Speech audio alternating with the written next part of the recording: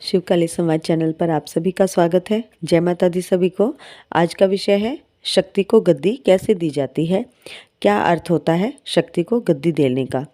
अपने विषय पर आगे बढ़ने से पहले मैं निवेदन करती हूँ आप सभी से कि मेरे चैनल को सब्सक्राइब अवश्य करें, वीडियो को लाइक व कमेंट्स करें, मुझे मेरे अदर इंटरनेट सोर्सेज पर भी फॉलो करें।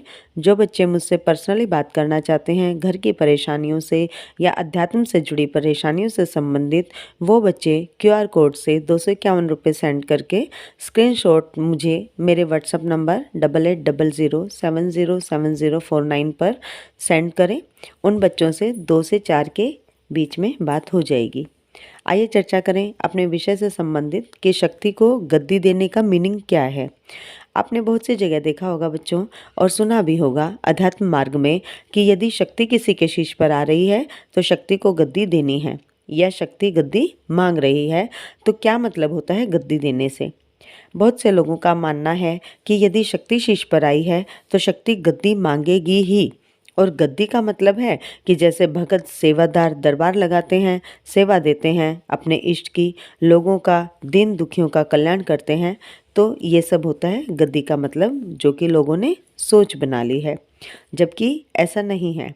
गद्दी देने का मतलब दरबार लगाना नहीं होता है। बहुत से बच्चे हैं जो अपने इष्ट की सेवा लगाते हैं, व्रत उपवास पूजा करते हैं सच्चे मन से, तो वह इस बच्चे को अपनी शक्ति का एक छोटा सा पुंज प्रदान करते हैं इष्ट।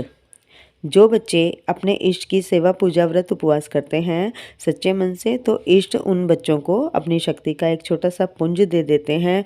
वह शक्ति पुंज धीरे धीरे आपकी सेवा पूजा से और भी अधिक प्रभावशाली बलशाली हो जाता है और फिर वह सवारी रूप में आपके शीश पर आने लगती है। शक्ति कोई भी हो सकती है, जैसे माँ वैष्णो, माँ काली, माँ दुर्गा, भैरवनाथ जी, बजरंगबली बाबा, बाबा मोहन राम, जहारवीर गोगा जी, कोई भी शक्ति हो सकती है।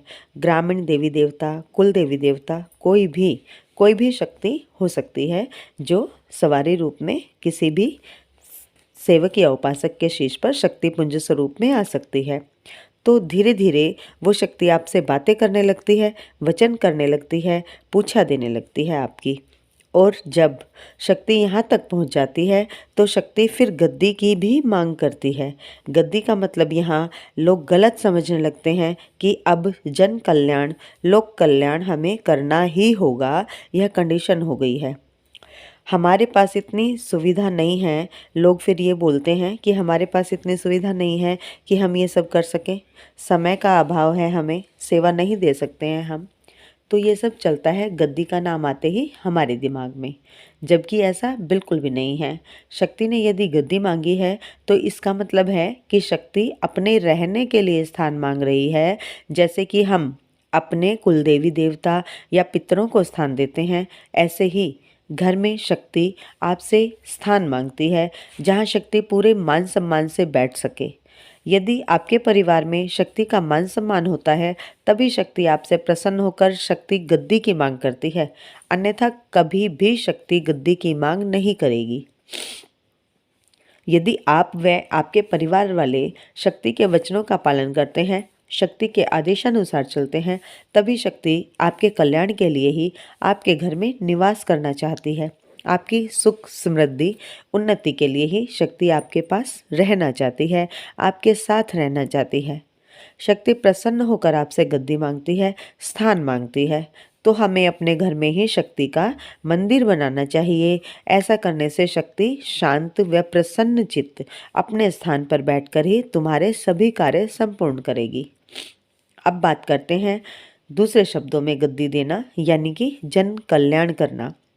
सबसे पहले तो ये बच्चों कि हर कोई जन कल्याण नहीं कर सकता।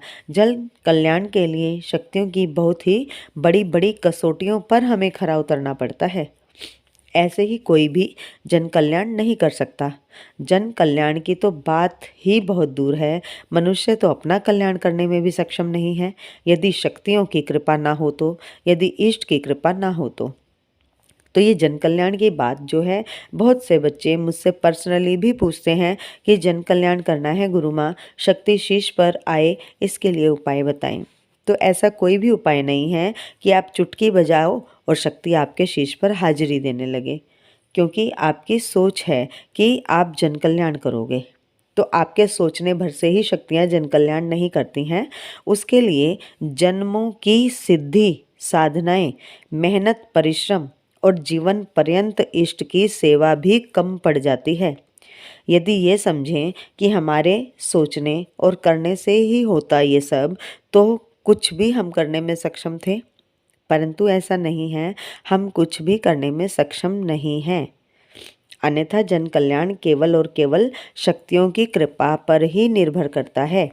यदि शक्तियाँ चाहें कि आपसे जन कल्याण करवाना है, तो ही आप जन कल्याण कर सकते हैं। और इस प्रकार शक्ति को गद्दी देना यानी कि दरबार लगाना, ये केवल आपकी इच्छा पर निर्भर नहीं होता।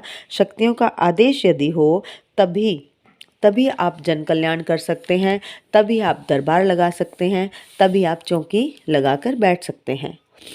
और यदि आप सोचते हैं कि केवल गद्दी देने से ही, जैसा कि मैंने आपको बताया कि गद्दी देना क्या होता है, उस प्रकार गद्दी देने से ही अगर आप जन कल्याण करना मानते हैं, या फिर सवारी आने से ही, सवारी शीश पर आने से ही आप जन कल्याण कर सकते हैं, तो ये सरासर गलत है।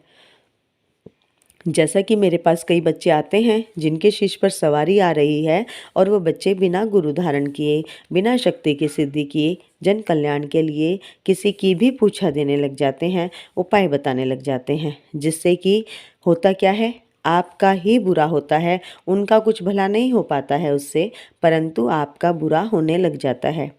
तो ऐसा नहीं करना चाहिए बच्चों। यदि शक्ति शीश पर आ रही है तो पहले गुरु धारण करें, शक्ति की सिद्धि करें, शक्ति को गद्दी दें, फिर जैसा शक्ति का आदेश हो वैसा पालन करें और अध्यात्म के मार्ग में आगे बढ़ें। ये थी आज की महत्वपूर्ण जानकारी, शक्ति को गद्दी देना क्या होता है इससे संबंधित। यदि जानकारी पसंद आई है तो वीडियो को लाइक करें, कमेंट्स अवश्य करें। मिलते हैं अपनी नई वीडियो में एक नई जानकारी के साथ।